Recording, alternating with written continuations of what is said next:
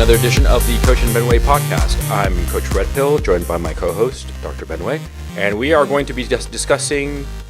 What are we going to be discussing? Are we going to be talking about our meetings, the weekly meetings we have at the Illuminati? But I thought we weren't supposed to talk about that. Benway, help me here.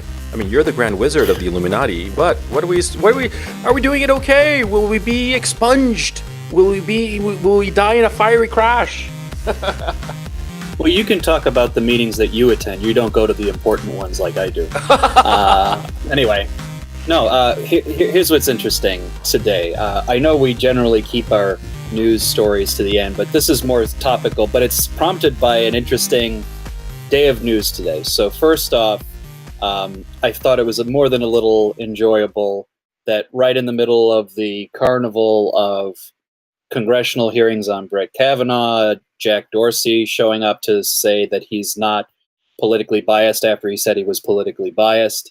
And in that mix comes our wonderful Alex Jones, literally threatening every person who happens to be in front of him, including Oliver Darcy at CNN, including Marco Rubio, who threatened to beat him up. Yeah.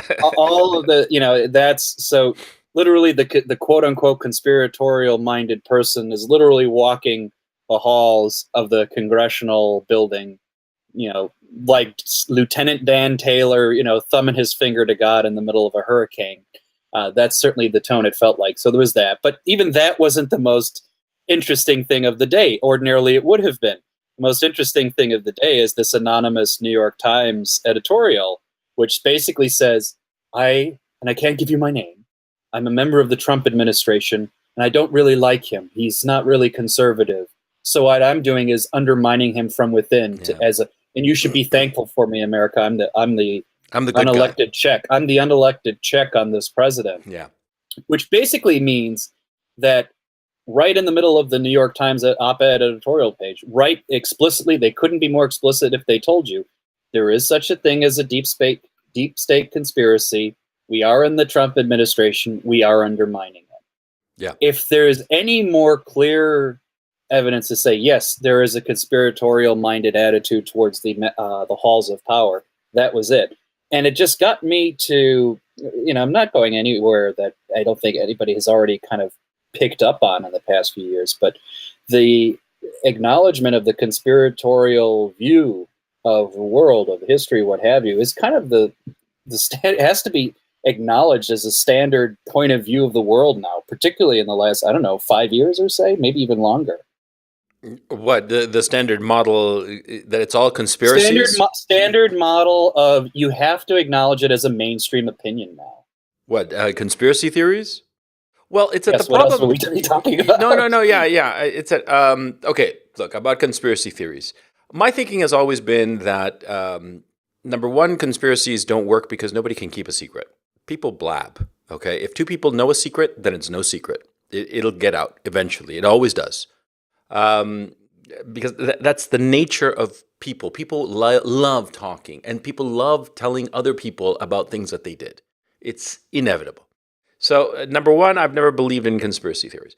Because I don't believe that they can be kept secret. Okay, so things eventually come out. Number two, about conspiracy theories in general, in the sense of like some secret cabal. My thinking has always been that there are different interest groups, power groups, that are going in the same direction, and they recognize each other. They're aware of their own ambitions and aware of the ambitions of other groups. And so, of course, they're going to wind up overlapping and helping each other out. Is there like a big conspiracy? Are they sitting around a green baize table and deciding the fate of the world as they play, whist? No, I think it's just the confluence of different interest groups. And you have interest groups in the government at this time that are very afraid of the dialing down of American militarism and foreign interventionism because it affects various things. It affects the weapons manufacturers and the military-industrial complex. It affects also the ego of certain players, and for that we could be thankful that McCain is safely dead, because he was one of the principal people in that cabal. I do believe that he was paid off in different ways, but ultimately I think it was an ego thing. I think you and I agree on that issue. I think that there are other groups that are interested in instability in different regions in order for them to get in there and get businesses like Halliburton, for instance. That contracting company, that engineering company, yeah, they love chaos because they get the juicy contracts from it. Blackwater, the I don't know what it's called now, the Eric Prince outfit, who's, by the way, brothers with what's her name, the Secretary of Education.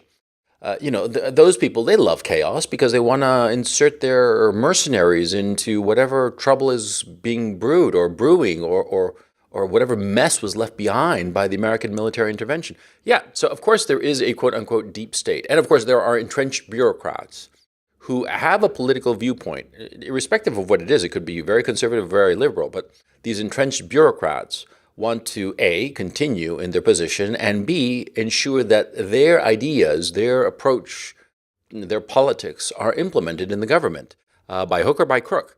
So yeah, of course, there's a deep state, but to say that it's monolithic and it's all against Trump is silly because there are a lot of people in the deep state that are for Trump, and they are trying actively to help him and save him from himself a lot of times.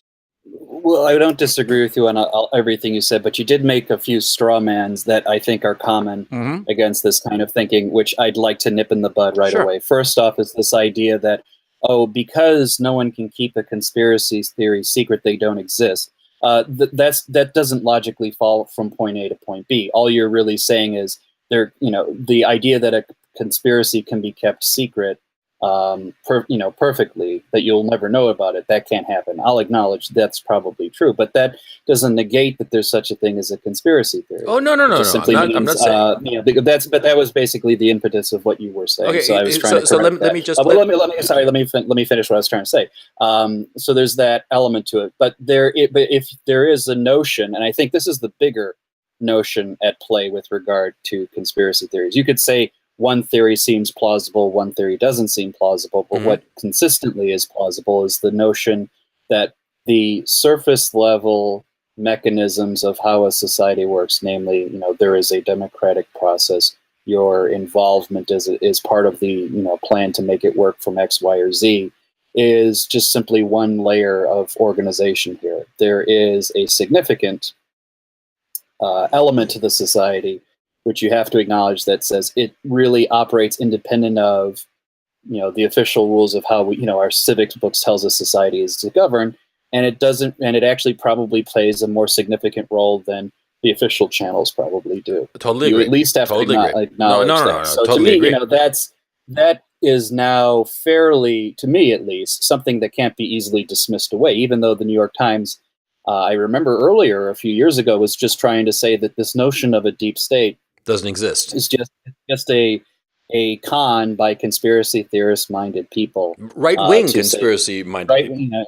They'll just say X, Y, or Z. And then, that's why I said it's interesting to bring up today that, they just literally published an op-ed that said the conspiracy is real. It's an attempt to undermine the president. Now, of course, when you say, this idea that the deep state is this monolithic, continuous thing that is undermining the president at every turn, it's like, it doesn't have to be monolithic to be powerful and to be undermining the president at any point in time. I mean, the collection of interests, even if not everybody agrees on everything, seems to operate in accordance to a plan which is to undermine a challenge to its existence. Why do you think it's very easy for Democrats and establishment Republicans to, while at the level of their intellectual content, be opposed to each other, in the practical application of what they believe in, basically reach the same conclusions?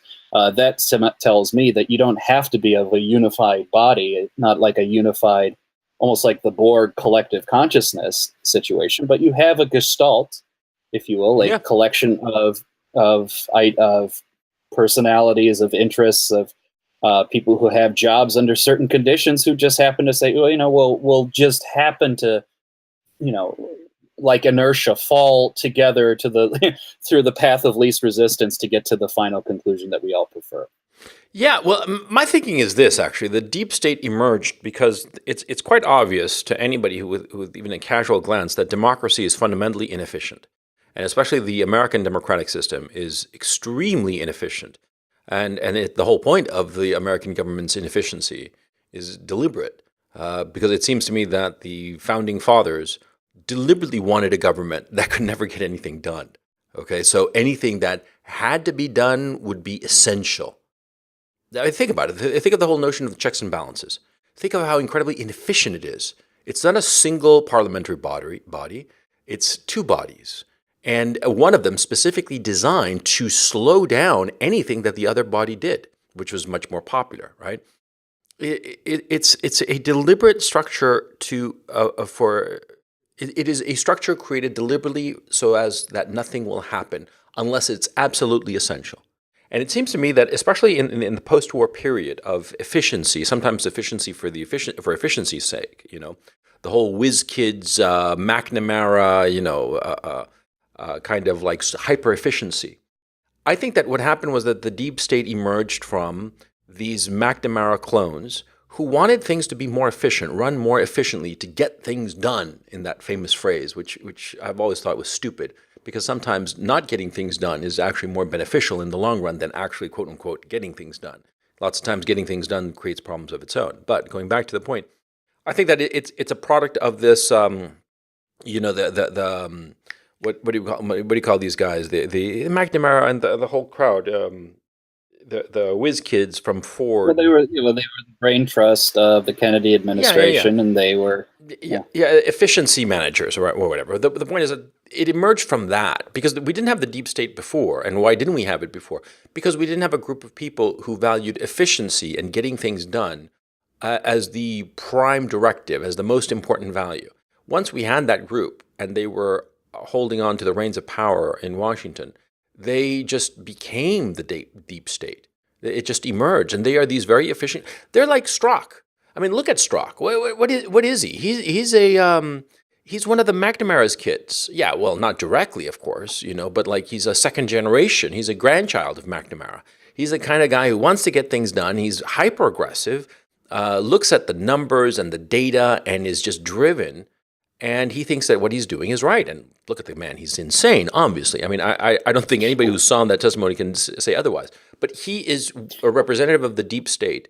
And yeah, it's proving that the conspiracy theory of the deep state turned out to be true. Yeah, that's what we're seeing. Well, let's look at the macro point that's driving this and the timelines of all of this. Mm-hmm. Yes, on the structure of the American government, it's designed under the impetus that you wouldn't, not only, is it going to frustrate just big legislative programs, it's operating and built under the assumption that you really wouldn't even think about doing half of the things, if not 90% of the things that the government is involved with now, not just in terms of regulation, but even just, a space force. Even that level is probably well beyond the focus of what the government may or may not have been intended for in 1825. You know what I mean? Yeah. But you have to say, well, what changed? What happened? Well, clearly, during the 20th century in particular, you have a society that was structured on a, they may not have said it then, or at least when they started, but it's certainly by the end of it, they realized what it was. It was a total war footing.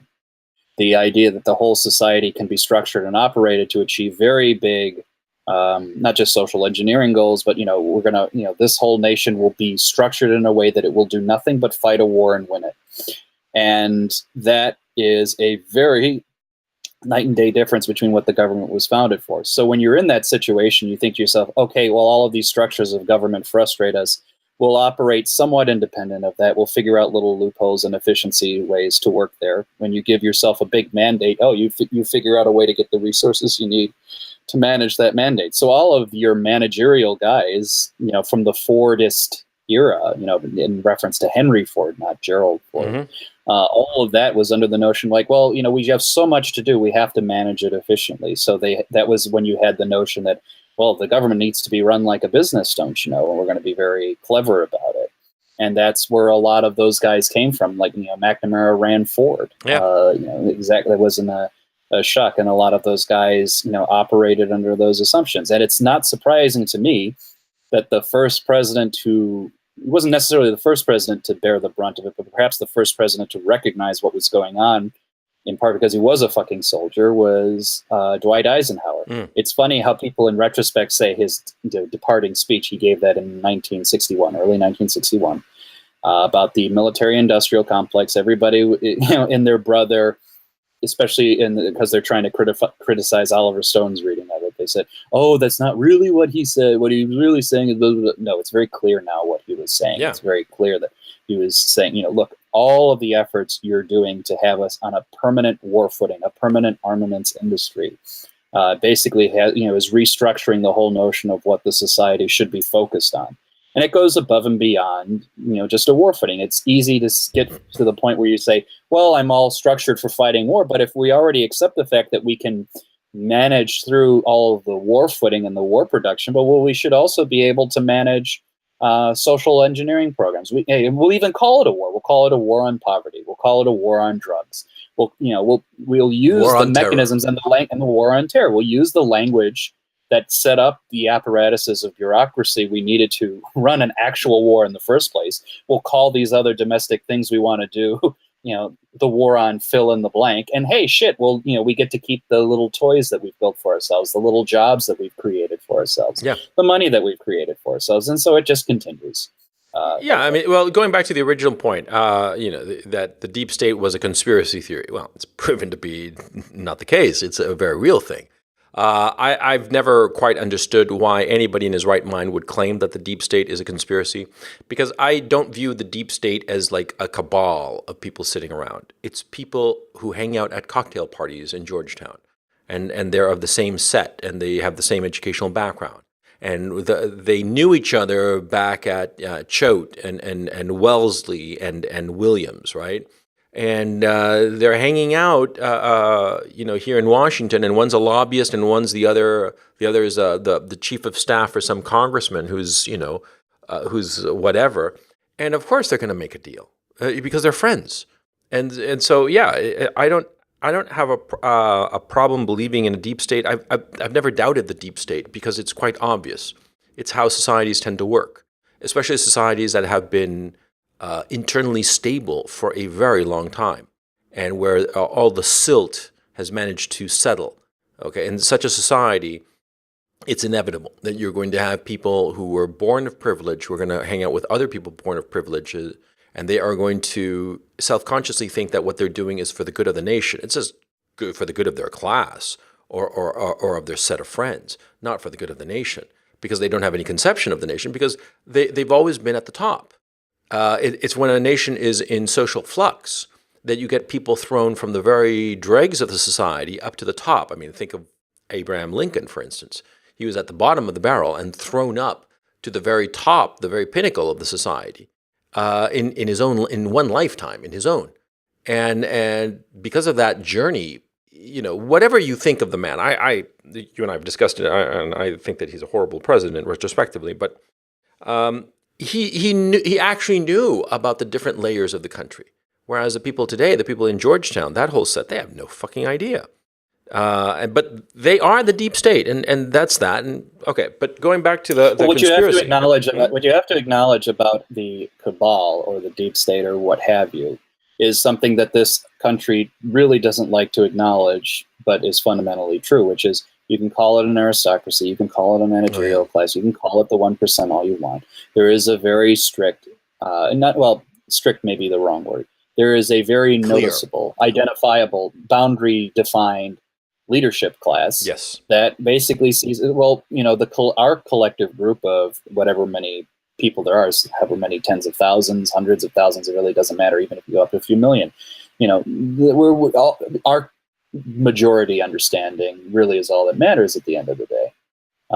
We don't really need to consult a lot of people in the society, and if their votes are needed, as the system requires, we'll just figure out a way to kind of nudge them along the ways that we want to. And if the decision isn't made, we'll figure out a way to kind of manage the decision for them. This is just fundamentally how most cultures are. I mean, which is why when to my socialist friends, when they say, we need to be more democratic, I said, well, no, there's never been a truly, fully 100% democratic society at this scale. You just have to, what you're really saying is, hey, there's an aristocratic society. We just need better aristocrats.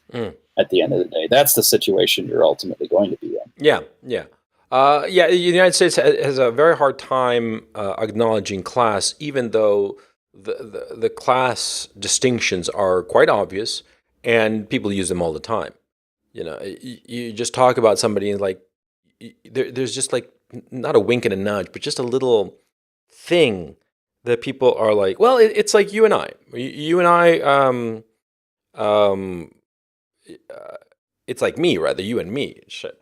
Anyway, you and me, we talk about certain things that by our class and education, we recognize, oh, yeah, the other guy is going to know this. He's going to know this and he's going to be in tune. And people who were not so lucky to get the education are just not going to see that. And they're just not going to catch those little cues, the cues of like the references, the cultural references, the little things. Like, for instance, I've never been to Chicago, right? But the background you've told me about yourself, yeah, I recognize that because it's a lot like in Westchester, where one of the places I grew up in, to the north of New York City, the bedroom county of New York City.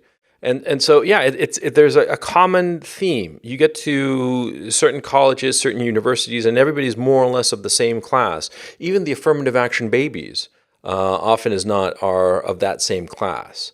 So it's very dispiriting because American society has been so stable for so long that it's created this, and it's very disheartening. It seems to me, this stability, and it's created these cabals that are the deep state. It seems to me is sort of like a cancer on America. Is it a terminal cancer or just a cancer you can live with? I don't know, but it certainly seems to be some sort of cancer on it. Well, yes, and like I said, it's a difficult situation for me. Like I said, because I think there's a certain degree to which aristocracy in this country has always existed, but it's in some regard less of a problem when you don't have the fundamental assumption that the aristocracy is going to run every last detail of the society, every last detail of your life. So when you had, the baron, obviously we never had barons in this country, at least when it became a country. But let's say in Europe, if you had the baron of whatever, Saxony, Saxony, you're going to dictate local taxes. You're going to dictate, whether or not, hey, a war's coming. You and you're going to come with me to fight it. That's about it. You're not going really. You don't even have the logistics to do it bedroom by bedroom and say, are you thinking this way? Are you, adopting this role versus that role? You really don't even have the ability to do that. So, your ability to fuck with really minuscule, minute details is limited. When you have, like I said, when you weld it up with this, efficient bureaucratic machine where actually you can pester people at that level, then you get really interesting. Yeah, because we're getting in that direction. In this, we're getting into this total totalitarianism of not just the things that you say in public, but the things that you do and think and feel in private. That's fucking scary. It's just eerie. I mean, I look at all this crap. I've been shopping on Amazon for different books and stuff like that because I finally figured out how to get Amazon delivered to Ukraine, and at a reasonable cost, right? And they're trying to sell me all this Alexa shit. And Alexa, what is it? It's a surveillance mechanism. It is a domestic surveillance mechanism. It is a way to eavesdrop on you. And who the hell is going to be looking at this data? The deep state or the minions of the deep state, and they'll use it. Of course, they're going to use it. For crying out loud, Amazon is practically in bed with the CIA through what you call it, the AWS. It's called. I always forget. But yeah, Amazon Web Services. Yeah, and so it's we are getting to that point of total totalitarianism. But going back to the notion of conspiracy theories, what's happened is that it seems to me that there were, how can I put this?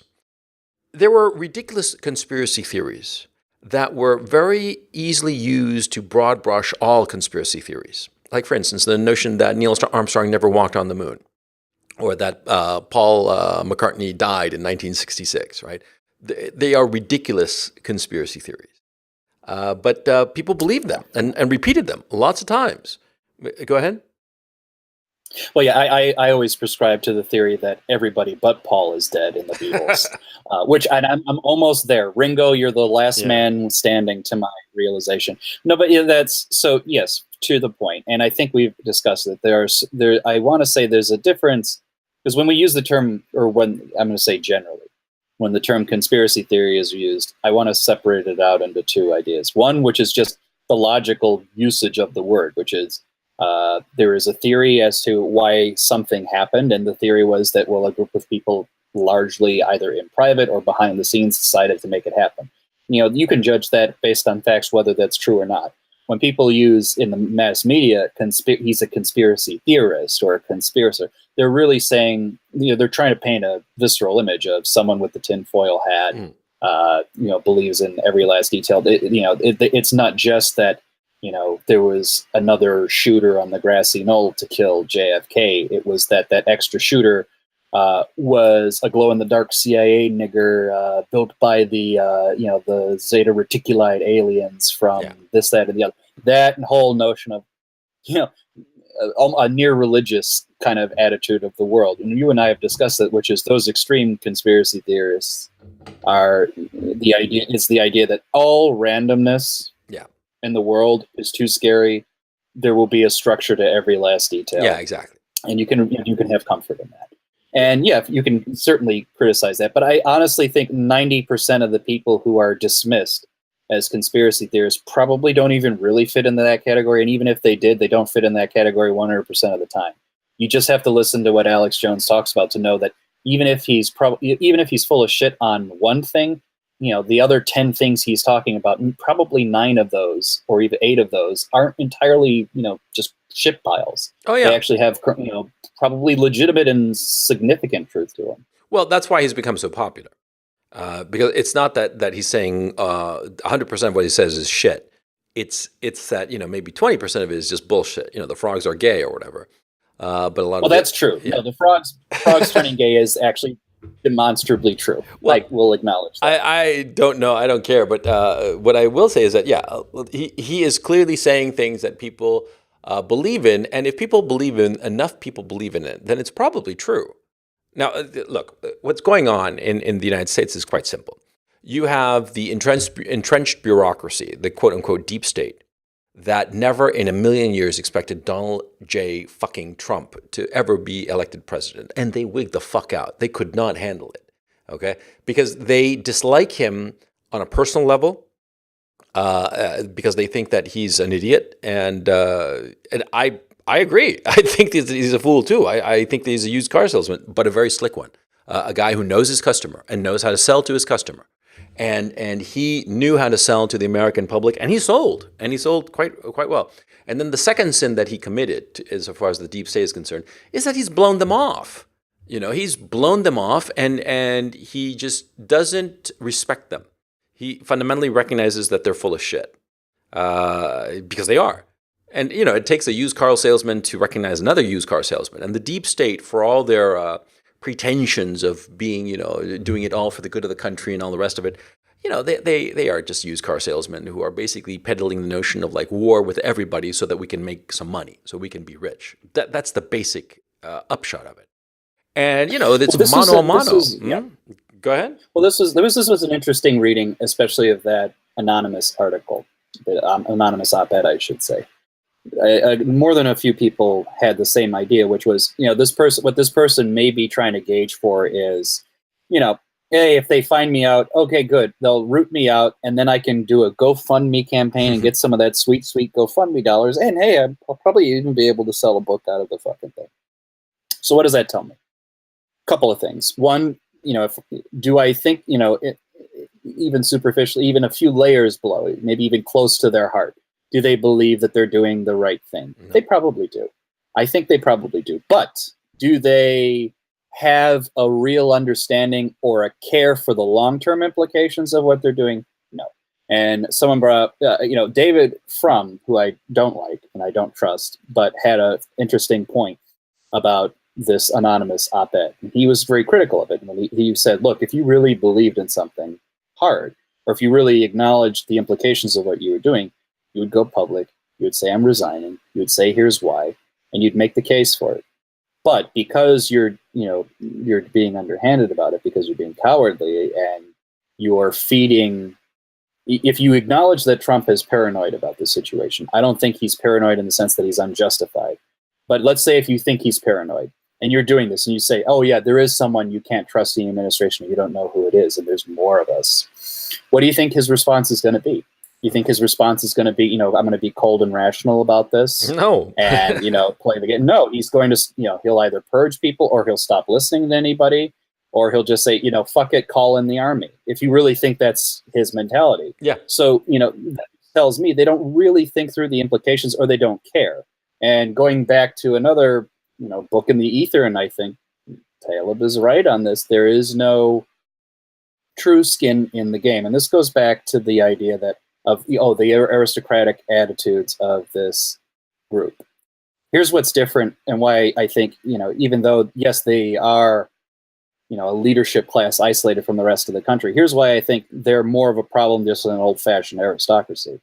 An old-fashioned aristocracy, which was a notion of you have a familial tie to the land and the people. Yeah. You have a long-term obligation to the success of that land and that people. This group has no long-term obligations. They have their only long-term obligation is to make sure that the cash keeps flowing when they ultimately decide to retire. Yeah, that is the problem. Yeah, can I point out something or about aristocracy? Because aristocracy gets a bad name. Because a lot of times people don't quite understand that in an aristocratic society, you think that they're all sitting around in some like French salon, right, and sipping tea and having witticisms thrown back and forth at each other. It's completely isolated from the people. But that's not the case. In aristocratic backgrounds, like rural ones especially, there is a constant interaction with the lower classes, with the middle classes and the lower classes. Everything from the shopkeeper all the way down to the basic peasant, because it's necessary. Because the aristocrat is just not operating in a bubble, and so because there is this constant interaction, and there's constantly this notion that you are an aristocrat, and therefore you have to take care of your people. A very paternalistic approach to things, which is inherent in aristocracies. What happens is that the behavior of the aristocrats tends to be looking out for the best interest of their people because they see them every day. Like the peasant, right, is like the maid who picks up after him, the servant boy, that he saw grow up from a boy into a young man and into a father of his own. So he's looking out for the best interests of these people because he cares about them, because he's known them all his life. And he recognizes that he cannot exist and survive without them, without their having well-being. Okay? But the aristocracy that we have today does not have that connection with the people of the lower classes. That's the problem. It's not an issue. Go ahead. I've got a great history lesson on this, one that actually will really highlight our situation. Mm-hmm. I'm going to talk to our favorite event that we still haven't figured out the full implications of it, the French Revolution. Right. Right back before the French Revolution, in the language of the aristocratic France, the old world France, there were two types of nobles, particularly around the time of Louis XIV and beyond, when the central administration of the state really got going. There was noblesse d'épée and the noblesse de robe, the nobles of the sword and the nobles of the robe, or the nobles of the gown, depending on your translation.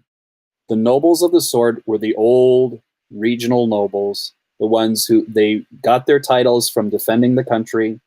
They lived in the rural areas. They knew the people there. They were, they had local administration, but they had long-term investment in the country. When you had an administrative state that really got going, that you had judicial apparatuses, administrative efforts, what the king wound up doing was making a lot of new nobles, the nobles of the robe, and they got their job because they were administrators, because they were jurists. You were pulling people into the nobility by virtue of their administration. Similar to how we are now. What did I just say about, hey, when you would assume a lot more administrative possibilities, you get these types of people. Now, what happened, throw in a couple extra things to the mix.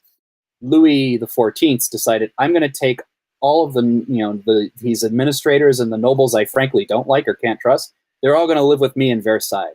We're all going to have our little fucking club. Yeah. In the middle of nowhere, outside of Paris. The whole court is dominated by gossip at this point. Yeah. who's in, who's out. What are we? Who has the king's ear more so than not this time round? And add to that an expensive war that does not go well financially for France. You've got an increasingly stressed economy. The rest of France, who's not part of that little clique of nobles, says, you know what? Who the fuck are these people? How are they contributing to society? You have, that great essay in French. I forgot who wrote it, but it was essentially what is the point or what is France? France is not the first or the second estate. The first estate being the church, the second the nobles. They don't contribute anything. We're the ones who are actually doing anything. Well, ironically enough, it's this little mechanism that makes that happen. Do you see why I brought it up? Yeah. Do you see the parallels I brought up? Yeah. I think that's where we're at. We have a lot of nobles of the robe. Yeah, because the nobles of the sword were the early industrialists like Henry Ford, like Carnegie, like all these guys in the past, the Gettys, all these guys who made it on their own, made a shit ton of money, and built up the American economy, and therefore they had political power. They had political power and they had political influence. A lot of them went into government, and that kind of, that they earned it. They earned their position. But the ones that we have in the deep state, they were appointed. They were appointed because they went through all the hoops. And I think that what happens is that you and I, we both grew up in that class and got the education and the pedigree to be a part of that current deep state. And so that's why we look at them with such contempt, because we know who they are. Because we saw them growing up, and we know that they're not the best people. In point of fact, lots of times we know that those are the worst people because they're the suck-ups. They're the suck-ups who will say anything to please the teacher and get ahead. They're the obsequious little cunts who were always underhanded. And we saw them growing up. I talked to some people about Tim Geithner. Tim Geithner is a little bit older than me, but there were people who knew him. I'm not going to say who, because I'm in touch with some professors and such at Dartmouth, and they knew him. And they said that he was a little suck-up. He was a little shit. He wasn't one of the cool cats. Henry Paulson, the previous Treasury Secretary, he was one of the cool cats. Because he was he was a football player, and he was a straightforward kind of guy, and went into Goldman, make a shit ton of money, and then became Treasury Secretary. But Geithner, he was one of those obsequious little cunts, and that's how he got to where he was, by being this obsequious little shit who would just position himself to get ahead in his career, and who would suck up and debase himself in order to advance. Yeah, that's the kind of people who populate the deep state. Yeah. And let us also, another reason I brought it up is because we're talking about conspiracies, or at least that's the theme. There, you have to realize, and this puts it into a weird perspective, but I think an important one. The line between the conspiracy and gossip as the cachet of the day is very thin. Oh yeah, it's practically invisible. Exactly. Think about the whole, the op-ed and Bob Woodward's book. It's predicated. The French nobles were exactly the same way. Let me tell you what I heard. Well, yeah. I heard, Baron de so and so, got with Madame de Beauvoir, and he said that her cunt smelled like anchovies, and it's like day old anchovies. And and she has the effrontery to get close to the king. We can, that can't be, permitted at all. Or my group of people are much better people. Yeah, this is how it operates. This is how decisions get made. Yeah, it's eunuchs. It's eunuchs. Bitching and moaning at a fucking orgy. They're low people. Look, I am learning more and more to despise these whole people. But let's turn a little bit to the Jack Dorsey thing. Jack Dorsey and Sheryl Sandberg, the COO of Facebook, were on Capitol Hill. I have not had a chance to actually see the testimony, but the word I got was that Jack Dorsey came across as like a little schoolboy who was nervous in front of the teacher. And Sheryl Sandberg came across as way too fucking slick. That's the word I'm getting right now. Did you actually see it? Well, yeah, as someone was posting little snippets. I didn't see the interviews in full, but there was like a transcript that said to the same question of, like I think the question was something along the lines of, was there any chance that China could become involved or be take advantage of your platforms, blah blah blah blah blah, whatever it is. And Sheryl Sandberg's answer was kind of like, without knowing the specifics of what's going on, I can't testify to the full extent, but based on my assumptions on what I do know, I suspect unlikely. And Jack Dorsey's response to the same question was no. That's the kind of tempo of the difference. She was very lawyerly. Yeah. He was very, I'm scared and I'm going to be curt and just get to the point because I need to get the fuck out of here. Yeah. Jack Dorsey. I've never liked Jack Dorsey. I think he's an idiot. I saw that interview that he gave where he basically said that we're not biased, although we are left-wing biased, and we don't shadow ban people, but we actually do. He's a fucking moron. Who was that interview with? It was recent, right? He's a fucking idiot. I was surprised because I thought better of the guy before I actually saw him speaking at length. And he was such a fool. And I would have respected him if he said, yeah, fuck it, we shadow ban people because, they're fucking boring and we don't like them. Okay, But look, for those of you who don't know, and a lot of people seem to not know this. You see, the social media platforms, they are putting themselves in an untenable position, and the Congress will have to act. I'm not talking just Facebook and Twitter, but also Google, because you see, for the time being, the Congress, the law has been basically that these organizations, these social media platforms, are just that, platforms, passive platforms. And so that they are not liable to the communication being uploaded onto their platforms. Because, for example, if I were to libel Dr. Benway and say, oh, Dr. Benway, he does awful things to little animals, right? Dr. Benway would not sue Google, which is the platform we're using right now to have this conversation. We're using a Google Hangout. He would sue me. Because the Google platform was just a platform that was the tool for communication, right? But see, this only works insofar as Google is being a passive platform. If they start to editorialize, i.e. shadow ban people, i.e. tune people down and not allow them the full use of their platform, then they're really like a publisher. And if they're a publisher, then they become liable.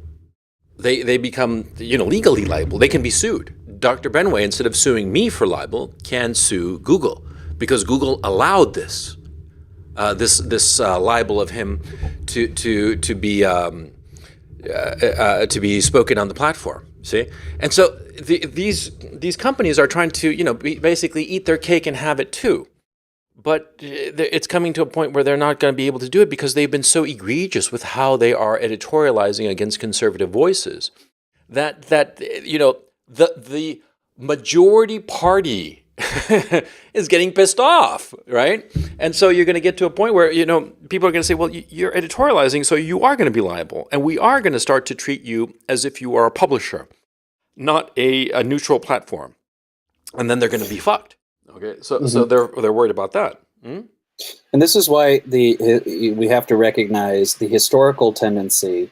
It's related to what we talked about, what causes this kind of deep state apparatus to build in the first place. Well, the natural tendency of the society, at least in the past several hundred years, it seems to me, is more management and control and regulation versus less. Mm-hmm. So when you have the social media guys trying to eat, like you said, have their cake and eat it too, play both sides of the street when they say, well, we can manage on our own platforms. You don't really need to regulate us, but let me tell you about all these other bad things that are happening outside of us that we need your help on so we can make a better, safer world. Well, they're going to lose out. Yeah. And the conservatives who still love to play the game like Joe Walsh, like, let me dive on this sword for Google. Yeah. So one, you're a fucking idiot. You don't know history. Two, it's an odd thing to play the principles game for people who don't give a shit about you one way or another. Yeah. And three, if you really think you're going to stop the trend toward, more managerial controlled society, playing these morality games, or at least this thwart history game like that, isn't going to work at all. You have to, in some sense, dance with the devil on this one. And if you're going to exact change to stop this, monstrosity of an organized bureaucratic empire that we've built, you're not going to do it by winning this little tactical argument of, Google shouldn't be regulated at this time. You're going to have to rewrite society from the DNA down, or a top-down kind of way. It ain't going to happen on this little thing. And this is why I think conservatives are either complicit, fifth columnists, or very small-minded people. What are you less embarrassed of being, conservative? And that's what I'll think of you. I'll give you the benefit of the doubt and pick the less embarrassing one. Yeah, I think that it's a combination of two, that they are small-minded and they are fifth columnists. Because, you see, on the one hand, conservatives tend to be kind of parochial and not sophisticated enough to see the bigger picture lots of times. And that's one of the flaws of conservatism. I'm not talking about Americans here in conservatism. I'm talking conservatism, full stop, historical, going all the way back to the cavemen. Okay, the conservatives tend to be more small-minded because the liberal mind tends to be more open to the world and more interested in the world, and that's why a lot of times they import stupid ideas and wind up, we wind up getting the Bolshevik Revolution and shit like that, right? The fifth columnist aspect of it is that a lot of the conservatives, culturally, they would prefer to be liberal. And so a lot of times they are sympathetic to liberal ideas and liberal values. I say that, for instance, Marco Rubio. Marco Rubio is basically a left-wing guy who's right-wing because, he figures that's the way to get votes and win. But I think that his heart is with liberals. And there are lots of conservatives like that. I mean, offhand, I can't think of one right now, but you tell me. Well, I would argue, frankly, almost every type of conservative establishment figure, save for, Ann Coulter, Tucker Carlson, Laura Ingraham, at least in the media right now. I mean, think about it. It's related to our whole notion of class. Yeah. And thus it's related to our notion of what the reality of the conspiracy situation is. Yeah. That's why I think, they are fifth columnists, because, yes, in part, they still operate or share a lot of core assumptions with their liberal colleagues. Funny enough, even though he evolved over time, I think, a guy along the lines of, what's his name? God, it's so embarrassing when an obvious name leaves my mind. William F. Buckley Jr., very much, God and man at Yale. He, had his little crop of people that he was comfortable being with. Yeah. Almost all of them are like that. Almost all of them want to still get invited to parties. It's not a shock. I mean, people laughed at him when he said it, but I actually sympathetically say, yeah, actually, he's telling you the truth right here. Remember when Dershowitz, said, ever since I've, on principle defended the president, I've been disinvited from all of these social events and everything. Yeah. Now, there's an easy way to make fun of that, and perhaps it's warranted. But at another level, that's not something you should just easily laugh off. Yep. I mean, especially when you identify yourself, whether we like it or not, we identify ourselves with group. One of the easiest groups to identify yourself is with the people immediately around you, who invariably tend to be more your class than your this, that, or the other, identity you may have. That happens. That's very serious. And a lot of these guys are afraid of that because a lot of their class makes more money and can just go about things a little bit easier being liberal. So that's why, when people say, like, the likes of Richard Spencer, who I don't always agree with on most things, but I'll tell you this: when they say Richard Spencer is a class traitor for abandoning his education and his group of people and doing this shit, yeah, they're right. He actually is a class traitor in that regard. Yeah. Where did he go to school, by the way? I don't know undergrad, but I know grad school was University of Chicago. Okay. Yeah, he's no dummy. But okay, going back to the shit. I actually had a good point, but it sort of slipped my mind. Because it's old age and Alzheimer's. I'm thinking, by the way, of Tucker Carlson. He's been fucking on point as of late. I mean, that guy is really going out there. It must be costing him a lot. Because Tucker Carlson is a very, very popular figure, or was at least a very popular figure in the Beltway circuit in Washington, because he's very funny. He's a very funny, charming guy. And he's got that kind of persona of being fundamentally harmless. That he harmless in the sense of that he's not going to be needlessly cruel or hurtful to anybody. That's just the persona, the thing that he projects. And so he's kind of like a lovable guy. And I knew that he was very, very popular in the Georgetown set and that whole crowd, the deep state crowd. And I'm wondering if this pivot has really hurt him.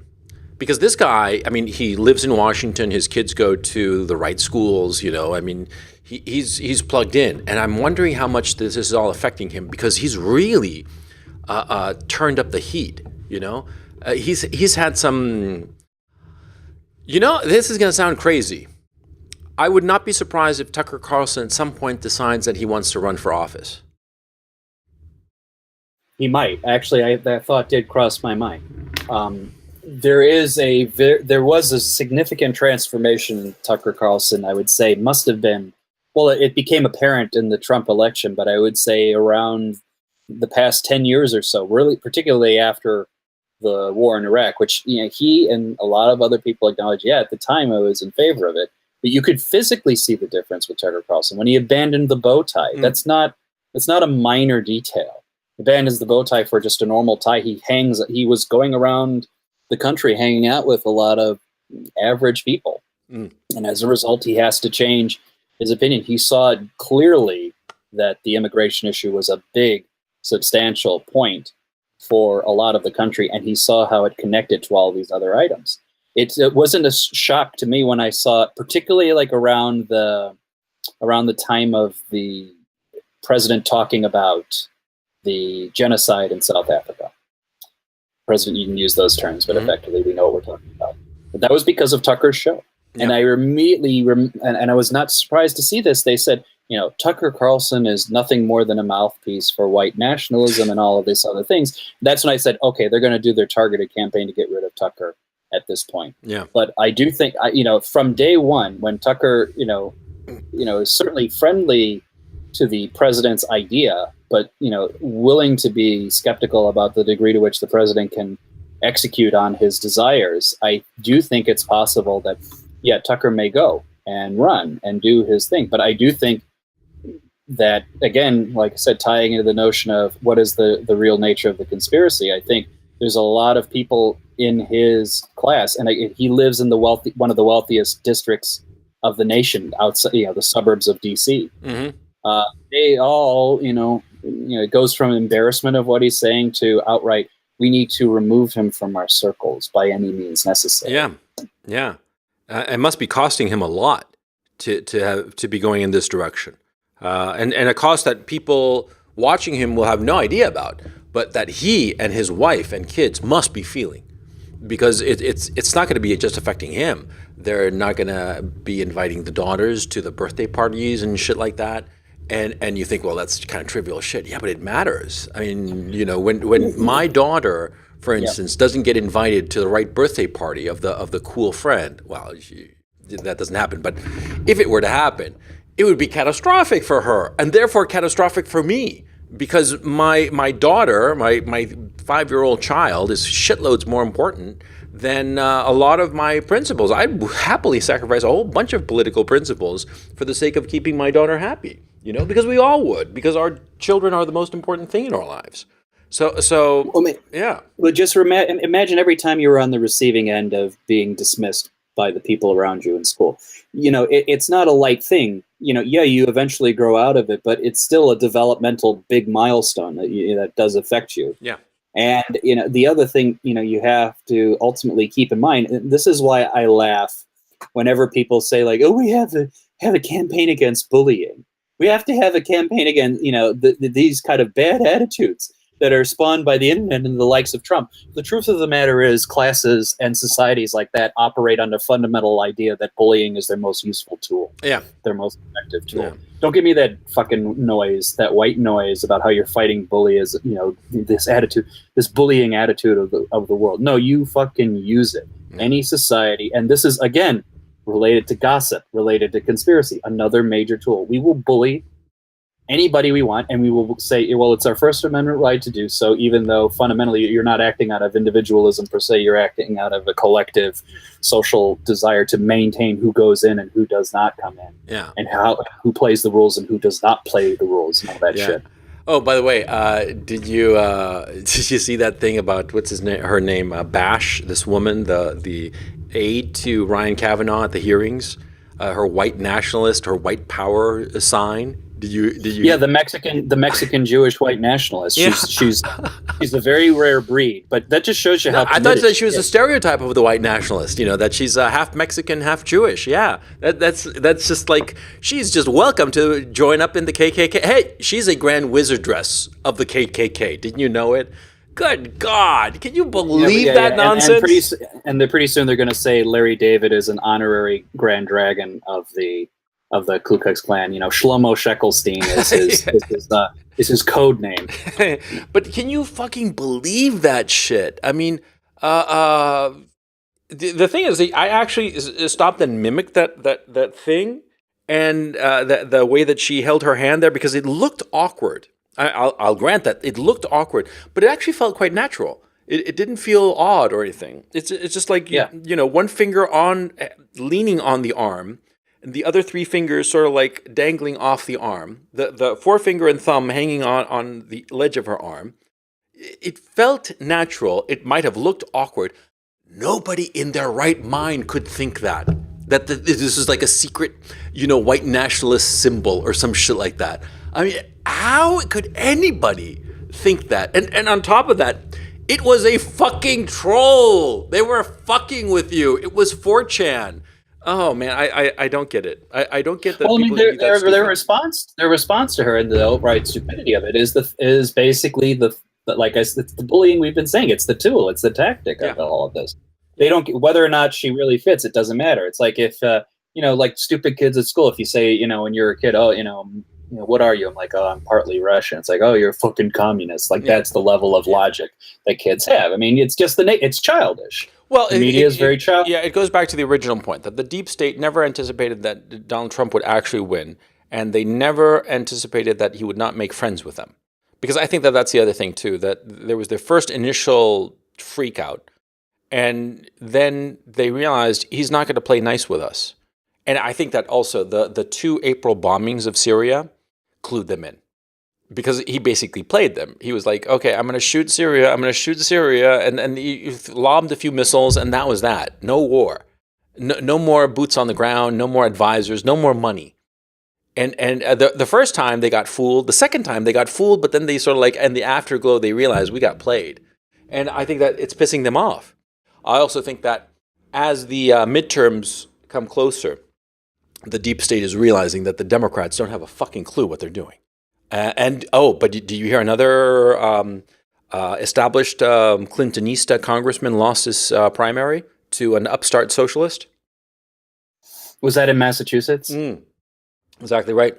Yeah, it was in Massachusetts. I think it was the 7th district. The only reason I know this, this is going to sound stupid, but this is literally the only reason I know this, is because I was looking for the results of the 8th district, which was the Brianna Wu contest, where she lost he lost like 25 or 30 to 70 percent of the vote. So that's the only reason I know about this, because I said, he got 25% of vote.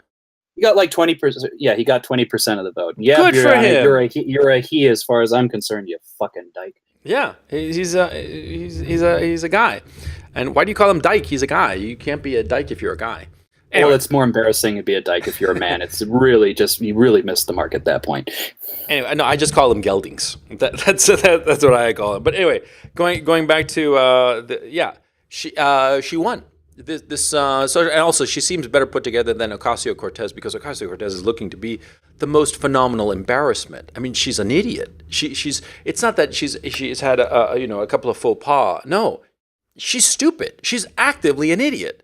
And how the hell did she win that race? It was just fucking happened. It just luck. She lucked out. But every time she opens her mouth, she says dumber and dumber things. Even Bernie Sanders is looking kind of like a cringe on his face whenever she opens her mouth. So anyway, I think that what's going to happen is that the Democrats are going to lose in November. They're going to lose badly, and you can sense it in the air. It's going to be like a blowout, and they're getting more and more hysterical. And as they get more and more hysterical, normies are just like saying these people are fucking crazy, because they are. And I think we have not reached peak hysteria. I think peak hysteria is going to be before the 2020 election.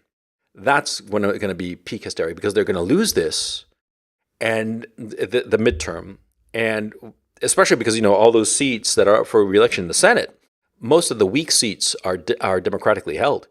And the House of Representatives, it's been so gerrymandered that the seats that are going to win are going to be by crazy leftists, and I think that they're not. It's going to be the same, if not maybe even the Republicans win a little bit.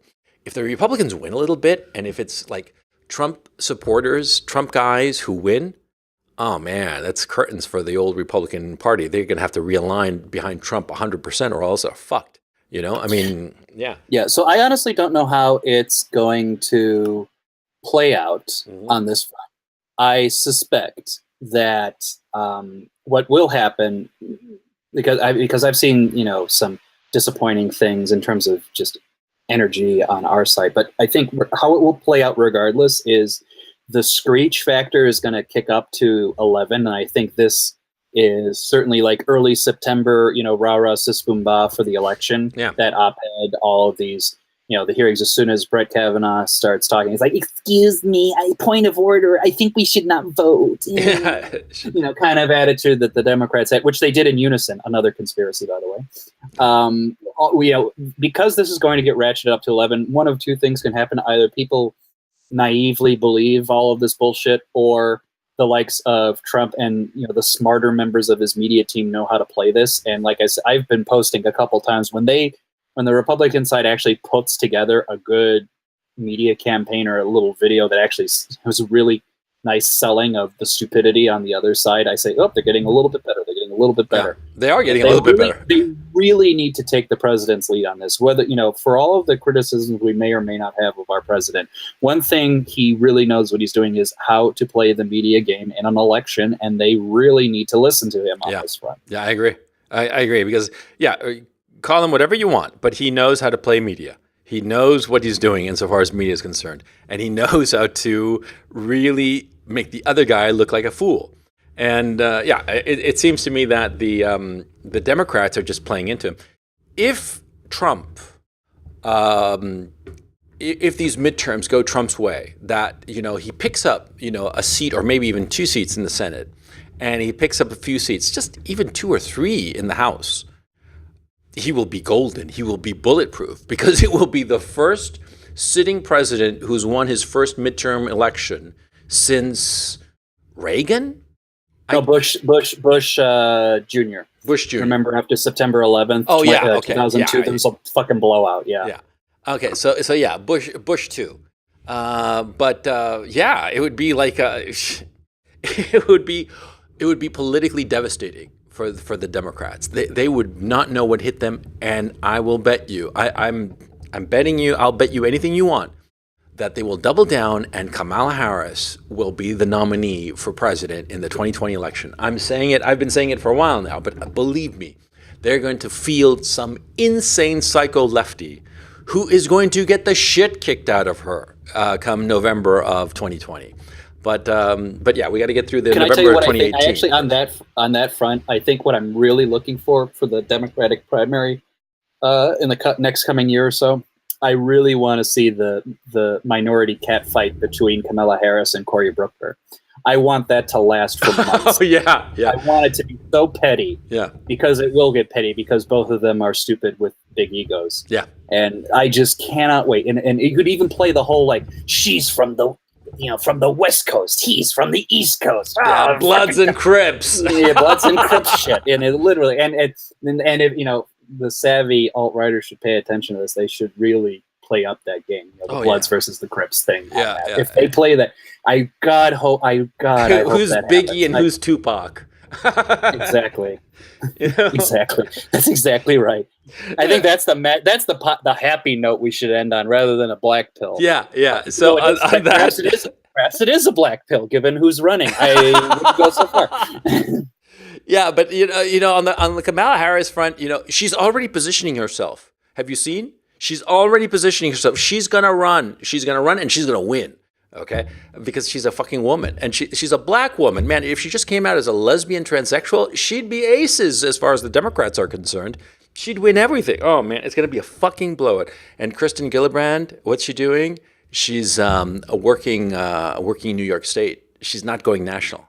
Yeah, because she knows that 2020 is Trump's year, and she's gonna run because for those of you new listeners don't know, I've been saying for a while that in 2020, Kristen Gillibrand, the senator of New York, is up for re-election. So she can either run for president or run for her New York Senate seat. And I think that she's going to decide to run for her New York Senate seat, which signals to me that the smarter Democrats realize that Trump is going to win in 2020, and there's nothing to be done about it. And yeah, so on that happy note, let's call it a podcast because Cory Booker versus Kamala Harris. That's going to be fucking beautiful. Yeah. So you want it. You want it. Yes, I do. Yes, I do. So on that happy note, this has been the Coach and Benway podcast. Signing off. Thank you so much for listening. This is Coach Red Pill and my colleague Dr. Benway. As always, I leave him with a final word, and the final word is. I think aliens killed JFK. I think so too. And Kubrick, legal aliens. Yeah, and to the Kubrick estate, your NASA check is on the way. All the best. Take it easy. Later.